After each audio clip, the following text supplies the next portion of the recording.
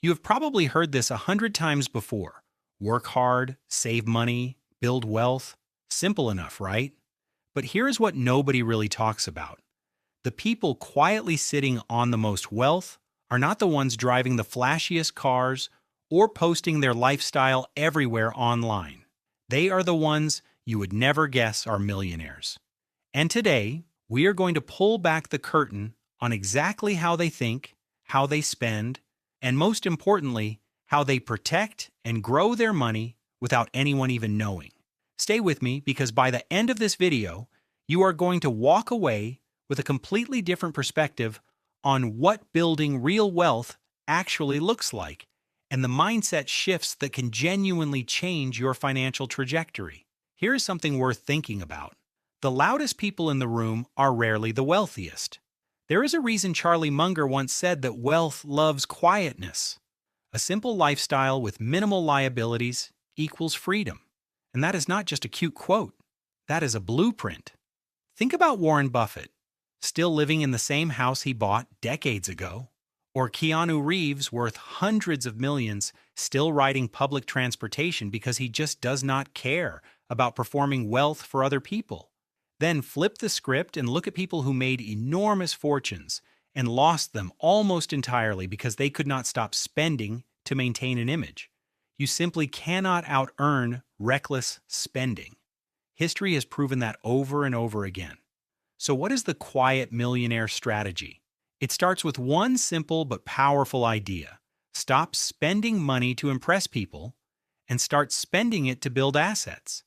That shift in thinking is everything. Now let us be clear about something important here, because this is a point that trips a lot of people up.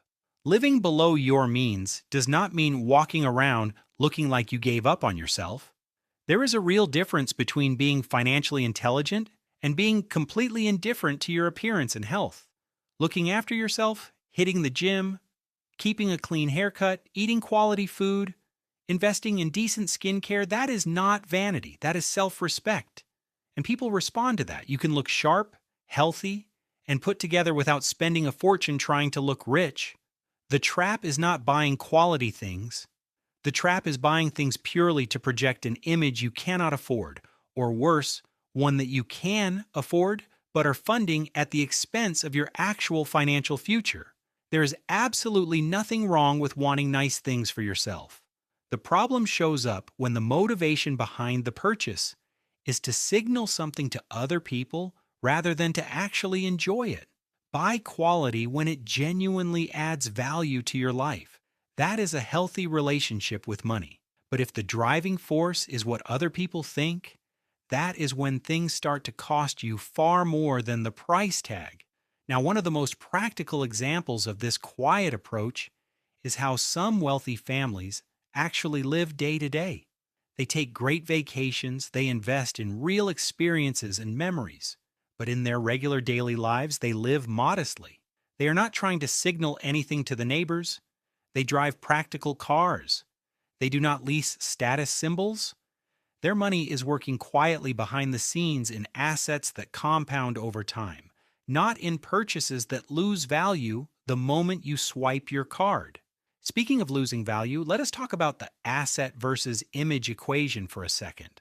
A phone, a designer outfit, a leased luxury vehicle, all of these depreciate. They lose value, sometimes fast. But an index fund, a rental property, equity in a business, these things compound, they grow.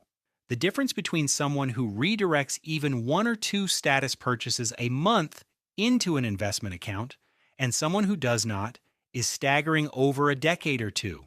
The math is not complicated. The discipline is what is hard. And then there is the social media piece.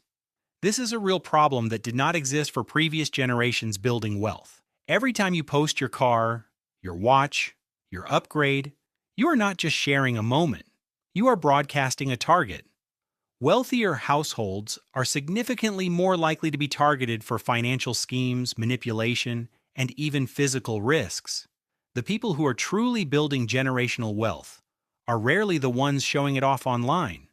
They are the ones quietly stacking assets while the feed is full of people performing a life they are financing with debt. One audit worth doing right now is looking at your social media and asking yourself what story it is telling about you. Replace the status signals with experiences, lessons, and genuine moments. Not because you have to hide your success, but because the people who matter to you do not need the performance, and the people who only show up for the performance are not really there for you. Here is another layer to the quiet wealth mindset. Being underestimated is actually a strategic advantage. When people do not know what you have, you negotiate better. You avoid the inflated pricing that comes with perceived wealth. You sidestep uncomfortable situations with family and friends who suddenly need a loan the moment they think you have money. You get to move through life without constantly managing other people's expectations of you. That is a kind of freedom that does not show up on a balance sheet, but is incredibly valuable. Now let us get to the real prize, because this is what all of it is actually for.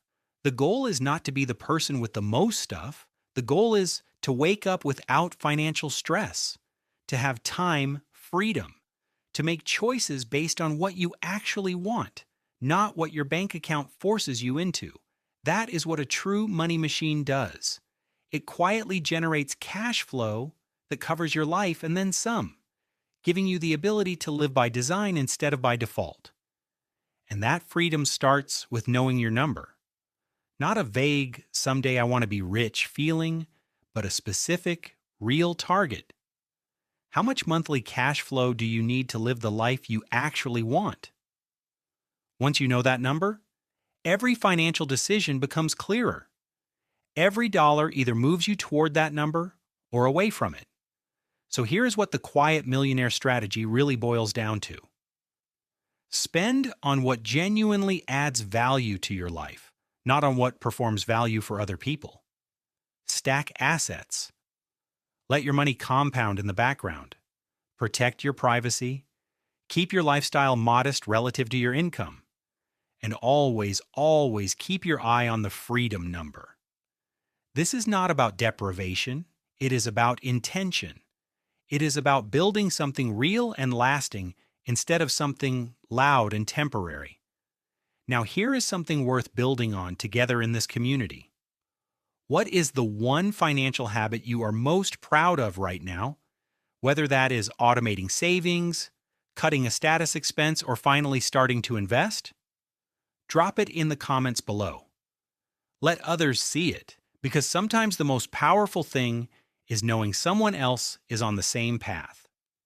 And if this video gave you something to think about, or you learned something new today, please hit the like button, subscribe, and ring the bell so you never miss the latest investing insights right when they drop. Your future self is going to thank you for the habits you build today. See you in the next one.